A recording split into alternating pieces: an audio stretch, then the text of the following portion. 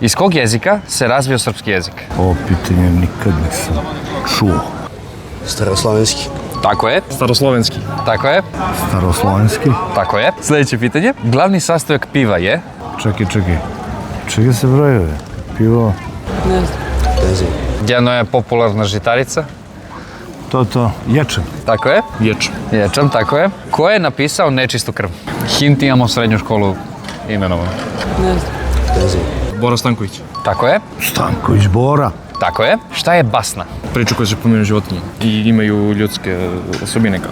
Tako je. Basna je priča u kojoj uloge preuzimaju životinje. Tako je. Kratka narodna pripoved. Da, gde su životinje glavni likovi.